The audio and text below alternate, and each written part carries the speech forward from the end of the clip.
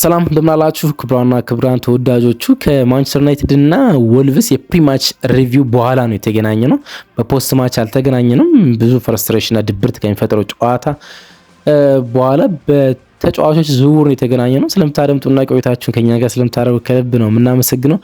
የጥር ተጫዋቾች ዝውውር መስኮት በይፋ በእንግሊዝ ተከፍቷል እና ማንቸስተር ዩናይትድ እንዴት አይነት ተሳትፎ ይኖረዋል የሚለውን ልንቃኝ ከናንተ ጋር እንገናኛለን። ለምንድነው በዝውውር ውስጥ መሳተፍ ያለበት? እነማንስ ሊያመጣ ይችላል? እነማንስ ሊያገኝ ይችላል? እንዲሁም ደግሞ በክረምት ከዚህ በፊት ያስፈረማቸው ተጫዋቾች ውጤታማነት በክረምት ነጮች በክረምት ስለሚሉት ነው አሁን ማለት ነው። በጋ ነው ለኛ። በጥር ተጫዋች ዝውውር መስኮት ከዚህ ቀደም ስነማን አመጡ ተሳካለት የሚሉትን ጉዳዮች ለመዳሰስ እንሞክራለን። የምትገኙት በተወዳጁ ገጽ ማን ዩናይትድ ኢንፎ ላይ ነው። ሰብስክራይብ አድርጋችሁ እንዲሁም ቪዲዮን ላይክ አድርጋችሁ ጻፉልን። ሀሳብ አስተያየታችሁን ልትሰጡንም ትችላላችሁ። የምትገኙት በድጋሚ በተወዳጁ ማን ዩናይትድ ኢንፎ ገጽ ነው። ስለ ጥር ተጫዋች ዝውውር መስኮት መከፈት ልናወራ ወደድን። እመለሳለሁ።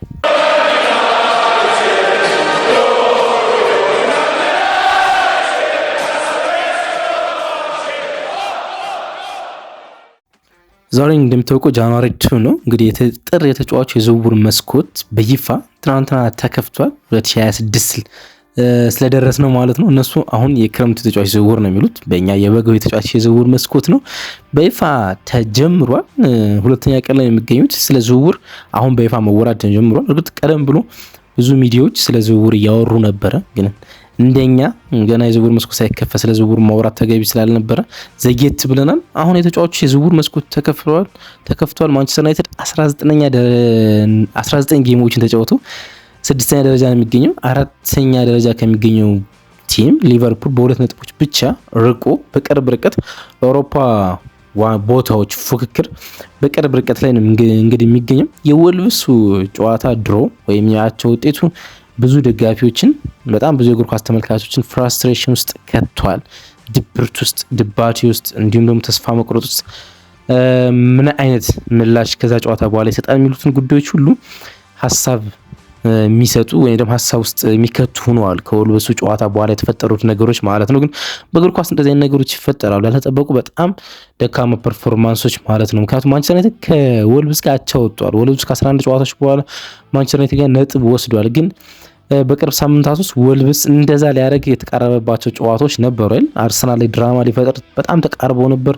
ሊቨርፑል ላይ በሜዳው አንፊልድ ሊቨርፑል ጨዋታ 2-1 የተጠናቀቀ ወልቭስ ድራማ ሊፈጠር ተቃርቦ ነበርና አንዳንዴ እንደዚህ አይነት ነገር ይፈጠራልና ወደ ቀጣዩ ነገር ማለፍ በጣም አስፈላጊ ነው። ግን ደጋፊዎች እኛ ሀገር ብቻ የሚገኙ ሳይሆን በኢንተርናሽናል ደረጃ የሚገኙ ደጋፊዎች ብዙ ተስፋ ከሚያደርጉባቸው የዝውውር መስኮቶች ውስጥ አንዱ ይሄኛው ይመስለኛል። በማንቸስተር ዩናይትድ ታሪክ ውስጥ ጥር ላይ የተሳኩ ዝውውሮች አሉ። ለምሳሌ ከ20 ዓመት በፊት የፓትሪክ ኤቭራና የኒማንያ ቪዲች ዝውውር ጥር ላይ የተፈጸሙ ወይም የጃንዋሪ ትራንስፈር ማርኬት ገበያ ናቸው።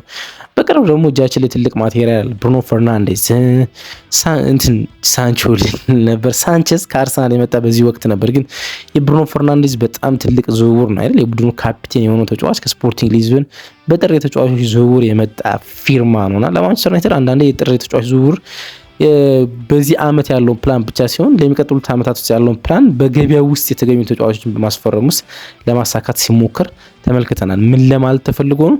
ክረምት የምትፈልጉትን ተጫዋች ወይም ክረምት ልታስፈርሙት የምታስቡትን ተጫዋች በገበያው ውስጥ አሁን ሌሎች ክለቦች የሚቀድሟችሁ ከሆነና ገበያው ውስጥ የሚገኝ ከሆነ ይሄኛው ሲዝን እንኳን ይታደጋል ብላችሁ ባታስቡ፣ እንኳን ለዚህኛው ሲዝን ብቻ ሲሆን ይሄኛው ሲዝን ይታደጋል እንኳን ብላችሁ ባታስቡ ፊርማ ይከናወናል። እንደዚህ ሲደረጉ ለብዙ ጊዜ ተመልክተናል። ለምሳሌ ወደ ኋላ እናነሳው አንቶኒ ሴሜንዮ ዝውውር ከዚህ ጋር በጣም ተመሳሳይነት ያለው ዝውውር ነው ሊፈጸም የተቃረበው ወደ ማንቸስተር ሲቲ ማለት ነውና ኒማንያ ቪዲች የማንቸስተር ዩናይትድ ከሌጀንድ አምበሎች ውስጥ አንዱ ነው። ብሩኖ ፈርናንዴዝ በተመሳሳይ ማለት ነው። እንግዲህ ክረምት ላይ ትልቅ ቢዝነስ ነበረ። ማቲያስ ኩና፣ ብራያን ምቤሞ፣ ቤንጃሚን ሲስኮን በጣም በጥሩ በሚባል ሂሳብ ውስጥ ማንቸስተር ዩናይትድ ማምጣት ችሏል። ተጫዋቾችም የሆነ ነገር ለቡድኑ ለመስጠት እየሞከሩ ነው። ግን የሶስቱ ተጫዋቾች ፊርማ ብዙ ሚሊዮኖች ይውጡበት እንጂ የማንቸስተር ዩናይትድ ስኳድ ከመስፋት አንጻር ግን ብዙ እንደሚቀረው ማንሳት ይቻላል። በደንብ ብዙ እንደሚቀረው ማለት ነው። እንግዲህ እንዴት ነው ዝውውሮችን በዚህ ሰዓት ማንቸስተር ዩናይትድ የሚያከናውነው የሚለው ኢንተረስቲንግ ነው። እንግዲህ ለአውሮፓ ቦታዎች መፎካከር በጣም አስፈላጊ ነው። ለድሮ ማንቸስተር ዩናይትድ ተጫዋቾችን ለማስፈረም ብዙ ወይም እምብዛም የማይቸገር ቡድን ነው። ሮበን ቫን ፐርሲ፣ ማይክል ካሪክ፣ ዲሚትሪ ቤርባቶ የመሳሰሉ ተጫዋቾች ከአርሰናልና ከቶተንሃም ስፖር ወደ ማንቸስተር ዩናይትድ የመጡት ዋንጫ ለማንሳት በሚል አንድ ኮቴሽን ውስጥ ነው ወይም ደግሞ አንድ ርዕስ ውስጥ ነው።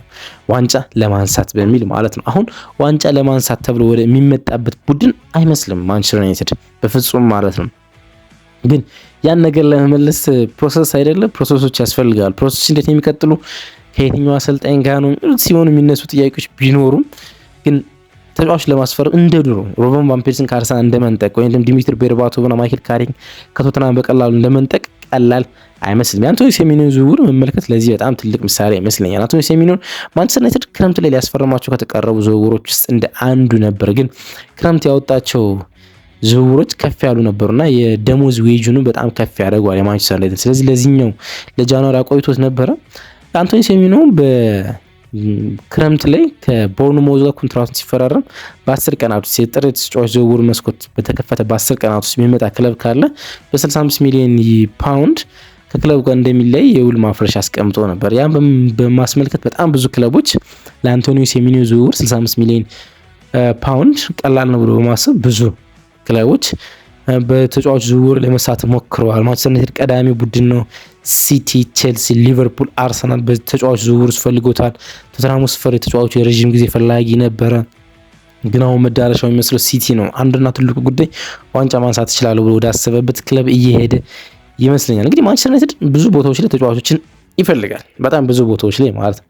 ቶታሊ የስኳድ ዴቪዝም ችግር ስላለ ማለት ነው።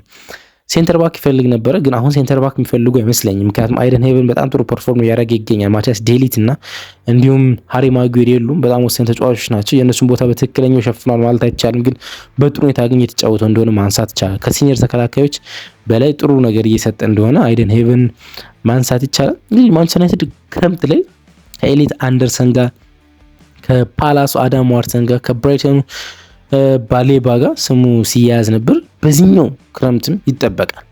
አሁን እነዚህ ሶስት የጠሯቸው ዝውውሮች ሃይ ፕሮፋይል ዝውውሮች ስለሆኑ በጃንዋሪ የመሳካት እድላቸውን እርግጠኛ አይደለሁም። በተለይም የኤሊት አንደርሰን በጃንዋሪ ይሄ ዝውውር ስለመሳካቱ እርግጠኛ አይደለሁም። ሜቢ ሊሳካ ከቻለ የወጡ የዝውውር ዜናዎች የሉም። የብራይተኑ አማካኝ እና በካሜሮን ብሔራዊ ቡድን የሚገኘው ካርሎስ ባሌባ ነው። ምክንያቱም ከአሰልጣኙ ፋቢያን ሃዝለርም ከክለቡ ሰዎች ጋርም ጥሩ መግባባት የለውም እየተባለ ይገኛል። ስለዚህ የእሱ ዝውውር ሊሳካ የሚችልበት እድል ሊኖር ይችል ይሆን አላውቅም። ግን ሌሎቹ በጣም ትልቅ ዝውውሮች ናቸው። የክለቦችን ባላንስ ሊያናጉ ይችላሉ። አዳም ዋርተንን በዚህ ሰዓት መልቀቅ ከካማዳ ጋር ያለውን ጥምረት ሊያበላሽ ይችላል እና የፓላስን የዚህ ውድድር ዓመት ጉዞ እንቅፋት ሊከት ይችላል። ደግሞ በአውሮፓ ውድድሮች ፓላስ ስላለ ማለት ነው። ኤሊት አንደርሰን ጋርም ተመሳሳይ ጉዳይ ነው ያለ። ከኖቲንጋም ፎረስት ወሳኝ ተጫዋቾች ውስጥ እንደ አንዱ ነውና በጥር ተጫዋች ዝውውር ውስጥ እነዚህን ተጫዋቾች ለማግኘት በጣም ከባድ ይመስላል። ግን ሌሎች አማራጮችም አሉ። በጣም ብዙ አማራጮች አሉ።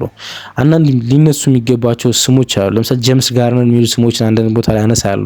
የቅርቡ የማንቸስተር ዩናይትድ አማካይ ነው። የአካዳሚ ካሪንግተን ውጤት ነው። አሁን በኤቨርተን ነው የሚገኘው። አንዳንድ ስሞችን እሰማለሁ። ኮነር ጋላገር በክረምቱም ሲነሳ ነበር ከማንቸስተር ዩናይትድ ጋር። በመጨረሻ የፔፐር ወርኮች አለማለቅና ፋይናላይዝ ለማድረግ ጊዜዎች መጥበብ ነው እንጂ ኮነር ጋላገር ክረምት ላይ ማንቸስተር ዩናይትድ ሊያስፈርመው ተቃርበው ነበር በውሰት። አሁንም ከዲያጎ ሲሞኒ አትሌቲኮ ማድሪድ ጋር ያለው ነገር ጥሩ አይደለም እና በዚህኛው ዝውውር ሊመጣ የሚችልባቸው እድሎች እንዳሉ ማንሳት ይቻላል። ግን ማንቸስተር ዩናይትድ በዝውውር መሳተፍ አለበት። ሶስት ትልልቅ ምክንያቶች አሉ። አንዱ የአፍሪካ ዋንጫ ነው። የአፍሪካ ዋንጫ ያሳጠዋቸው ተጫዋቾች አሉ። ስለዚህ ያን ቦታ መተካት ነው ገና ለሚቀጥሉ ሳምንታትም ማለት ነው። እርግጥ የሆነ ተጫዋች አስመጥተ ፊርሞ አልቆ እስኪጫወት ድረስ የአፍሪካ ዋንጫ ሊጠናቀቅ ይችላል። ግን ጉዳት በቡድኑ ውስጥ ሌላ ስጋት እየፈጠረ ያለ ነገር አለ እና ዋናው ጉዳይ ግን የአውሮፓ ተሳትፎ ነው። ለአውሮፓ ተሳትፎ ለመብቃት ስኳዱን በጥቂቱ ማስተካከል፣ ሪሼፕ ማድረግ፣ ሪፍሬሽ ተጫዋቾች ማምጣት በጣም አስፈላጊ። ምክንያቱም ማንቸስተር ዩናይትድ ሊለቃቸው የሚችሉ ተጫዋቾች አሉ። ለምሳሌ ኮቢ ማይኖ ካልተለቀቀም ሊገርመኝ ይችል ይሆናል። ምክንያቱም ኮቢ ማይኖ አሰልጣኙ የተጠቀምበት አይደለም። ምንም ጨዋታ በዚህ ውድድር ዓመት አልጀመረም። ምንም ጨዋታ አልጀመረም። ስለዚህ አሰልጣኙ ተጫዋች የሚጠቀምበት አይመስልም። የሚፎካከረው ከብሩኖ ፈርናንዴዝ ጋር ነው ብሏል። ግን ብሩኖ ፈርናንዴዝ አሁን በሌለባቸው ሳምንታቶችም ቦታ የአማካኝ ስፍራ ቦታ ያገኘ አይመስልም። ስለዚህ እሱ ከባድ ይመስለኛል። እሱን ማቆየት ተጫዋቹን መግደል ነው። በቃ ማይጠቀምበት ከሆነ አሰልጣኙ ማለት ነው። አንዳንድ ተጫዋቹ ከቤተሰቦቹ ጋር ያሳያ ያለው ስነ ምግባር፣ ወንድሙ በስታዲየም ውስጥ ፍሪካዊ ማይኑ የሚሉ የሚያሳዩ ነገሮች አሰልጣኙ ወደ የመረረ ክፍተት ውስጥ ወይም የመረረ እንትን ውስጥ ነገር ውስጥ ያስገባቸው ይመስላል። ግን አሁን ተጫዋቹ መልቀቅ በጣም አስፈላጊ ደግሞ ፈላጊ ያለው ናፖሊ በውሰት ተጫዋቹን ይፈልገዋል እና እሱ ሊለቅ ይችላል። ስለዚህ ተጫዋች ማስፈረም ግዴታ ነው። ሌላኛው ማኑኤል ኡጋርቴ ነው። ጋላታሳራይ ተጫዋቹ ፈላጊ ነው። ሌላ በሩበን አሞሪም ስር በተጫዋቹ ብቃት በሩበን አሞሪም ስር አይደለም ግን በተጫዋቹ በጣም በወረደ የራስ መተማመን ምክንያት ጥሩ ግልጋሎትን እየሰጠ አይደለም። በአንዳንድ ጨዋታዎች ብቅ የሚል ብቃት አለ። ግን ለምሳሌ በኒውካስሉ ጨዋታ ውስጥ ማኑኤል ኡጋርቴ ጥሩ ሊጫወት ሲሞክር ተመልክተን ነበረ። ግን በወልቭሱ ጨዋታ ላይ በድጋሚ የምናውቀውና ደካማውን ማኑኤል ኡጋርቴን ስንመለከት ነበረ። እንደዚህ አይነት ሊለቁ የሚችሉ ተጫዋቾች አሉ። ሌላኛው ጆሹዋ ዚርክዚ ነው። በሮማ በጣም ተፈላጊ ነው። ሴሪያን የመጣ ቦሎኛን የነበረ የሴሪያ ክለቦች አብዝተው ነው የሚፈልጉት። ስቲል ጆሹዋ ዚርክዚን ሮማ ሌላኛው ፈላጊው ነው። በሮማ ቤት ውስጥ ስማቸው ተደጋጋሚ የሚነሱ ስሞች አንዱ ጆሹዋ ዚርክዚን ለማስፈረም መሞከር ነውና ጆሹዋ ዚርክዚ የሚሄድ ከሆነም ከፊት መስመር ስሞችን መስማት የሚያስፈልግ ይመስለኛል። ለዛ ነው አንዳንድ ሚዲያዎች ያን ፊሊፕ ማቴታ ሲሉ እንሰማለን። ማቴታ ማንቸስተር ዩናይትድ በይፋ ይፈልጉ አላውቅም፣ ግን በአንዳንድ ሚዲያዎች ያን ፊሊፕ ማቴታ ከማንቸስተር ዩናይትድ ጋር እየተያያዘ ነው ይባላል። ጆሹዋ ዚርክዚ ሊለቅ እንደሆነ አላውቅም።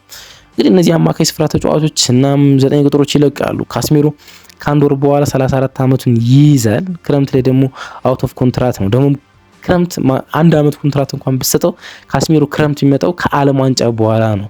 በ34 ዓመቱ ላይ የሚገኝ ተጫዋች ዓለም ዋንጫ ደግሞ በአንቸሎቲ ስር ውስጥ በጣም ወሳኝ ከሆኑ ተጫዋቾች እና እያንዳንዱ ጨዋታ ሊጀምሩ ከሚችሉ ተጫዋቾች አንዱ ሆኖ የፕሪሲዝን ልምምድ ሳያገኝ ወደሚቀጥለው ሲዝን ሲመጣ የሚሰጥ ጥቅም እምብዛም ነው የሚሆነው በእርግጠኝነት ማለት ነው። ምክንያቱም እንደዚህ አይነት ያጋጥማቸዋል። በጣም በእድሜ ከፍ ያሉ ተጫዋቾች የፕሪሲዝን ልምምድ ሳይኖራቸው ከዓለም ዋንጫ ከአውሮፓ ዋንጫ ሲመጡ ነገሮች ለነሱ ከባድ ነው የሚሆነው። ለነ ካስሜሮ አይነት የፊትነስ ሌቭል ችግር ላለበት ተጫዋች ደግሞ በእድሜ ምክንያት ከባድ ነውና የካስሜሮ ማሰብ ለካስሜሮ የሚሆን ተተኪ ክረምት ሳይሆን አሁን የሚገኝ ከሆነ በዚሁም አብሮ ለመጠቀም ክረምት ማስፈረም ተጫዋች አሁን ገቢው ላይ ካለ ተስቀራሪሜ ሌላ ክለቦች ሳያስፈርሙት ላስፈረም በጣም ኢንተረስቲንግ ሀሳብ ይመስለኛል። ለምሳሌ ክረምት ማንቸስተር ሲቲ ወደ ዝውውሩ በደንብ ይሳተፋል። ሮድሪ ሊያጣ ይችላል። የሮድሪ ብቃትና ጉዳት ለመተማመን የለም። ስለዚህ ኤሊዮት አንደርሰን ላይ ሊሳተፍ ይችላል። ስለዚህ ኤሊዮት አንደርሰን የምታገኘው ከሆነ በዚህኛው ክረምት ላይ በደንብ መፈለግ በጣም አስፈላጊ ነው የሚሆነው። አንዳንዴ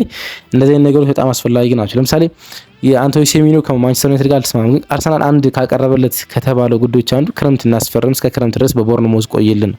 ተጫዋቹ አሁን መልቀቅ ይፈልጋል። ስለዚህ አርሰናል ኦልሞስት አጣው ማለት ነው። እንደዚህ ነገር ይፈጠራልና ኤሊዮት አንደርሰን ክረምት ላይ ብዙ ክፍተት ባለበት የማንቸስተር ሲቲ አማካይ ስፍራ ውስጥ ሊያመራ ይችላል። ስለዚህ አሁን ማስፈረም ልጁን የክረምት እቅድህ እንኳን ቢሆን ሌሎች ክለቦች እንዳያገኙት ማድረግ እንደሚችል ማንሳት ይቻላል። በጃንዋሪ ማንቸስተር ዩናይትድ ዝውውር ውስጥ ካልተሳተፈ ሊገርመን ይገባል። ግን ካልተሳተፈ ክረምት ላይ ትልቅ በጀት አለ ማለት ነው። ክረምት ላይ በጣም ትልቅ በጀት አለ ማለት ያ የአውሮፓ ሊግ ከቶተንሃም ስፐርስ ጋር የተደረገ ጨዋታ በማንቸስተር ዩናይትድ የክረምት የተጫዋች ዝውውር ላይ ብዙ መሰናክል እንደነበረ ማንሳት ይቻላል። በተለይ የሚፈልጋቸውን ተጫዋቾች በተለይ በጥራት ደረጃ አስፈርሟል። በስኳድ ደረጃ ግን አላስፈረም። አሰልጣኙ ደጋግሞ ሲናገር ሰምተነው እናውቃለን። ስኳዱ ጠባብ በሳምንት አንድ ጨዋታ የምናደርገው ስለዚህ ጠባብ ስኳድ ይበቃናል ሲል ማለት ነው። ግን አሁን ተጫዋቾች ሲጎዱ ያ ጠባብ ስኳድ ምን አይነት አደጋ ውስጥ እንደወደቀ እየተመለከት ነው። ጃክ ፍሌቸር የሚባል ወጣት ተጫዋች የመጠቀም ግዴታ ውስጥ እየገባን እንደሆነ ማየት ይቻላልና ስኳዱን ማስፋት በጣም አስፈላጊ ይመስለኛል። በተለይ በሚቀጥለው ክረምት ማለት ነው። ግን አሁን ብዙ ጥገኖች የሚፈልጉ ቦታዎች አሉ። ዊንግ ባኮች፣ አማካይ ላይ ጥገኖች የሚፈልጉ ቦታዎች ያሉ ይመስለኛል። ማንቸስተር ዩናይትድ እንዴት ነው ዝውውሩ ላይ የሚሳተፍ የሚለው ኢንተረስቲንግ ነው። ግን ደጋፊዎቹ በብዙ ተስፋ የሚሰንቁበት ዝውውርና ማንቸስተር ዩናይትድ እንዲሳተፍ የሚፈልጉበት ዝውውር እንደሆነ ግን በእርግጠኝነት መናገር ይቻላል። የጥር ተጫዋች ዝውውር መስኮት በይፋ ተከፍቷል። ከኛ ፔጅ እንደምታውቁት ሁልጊዜም ከትልልቅ ገጾች የተጻፉና ከምናምናቸው ክሬዲብል ከሚባሉ ጋዜጠኞች የተጻፉ የዝውውር መረጃዎች ለእናንተ እናመጣለን። ልቅምቅም የሆኑ ወይም ደግሞ የሆኑ ፖንዲቶች ያወጧቸውን ምናምን በተለያዩ ሚዲያዎች የምትሰማቸው የዝውውር መረጃዎች የእንትና ዝውውር ሊያልቅ ነው ምናምን የሚሉ ዝውውሮችን ከኛ ከዚህ ገጽ በፍጹም አታዳምጡ። ክሬዲብል ከሆኑት ከታማኝነታቸው ከተረጋገጠ ጋዜጠኞች እንዲሁም ደግሞ ከታማኝነት ከተረጋገጠ ጋዜጦች የተጻፉ የዝውውር መረጃዎች ስለ ማንቸስተር ዩናይትድ ከዚህ በኋላ ይዘን እንመጣለን። ምክንያቱም የጃንዋሪ የተጫዋች ዝውውር መስኮት በይፋ ስለተከፈተ ማለት ነው። አብራችሁ ስለነበራችሁ ከልብ አመሰግናለሁ። ባይ እንወዳችኋለን።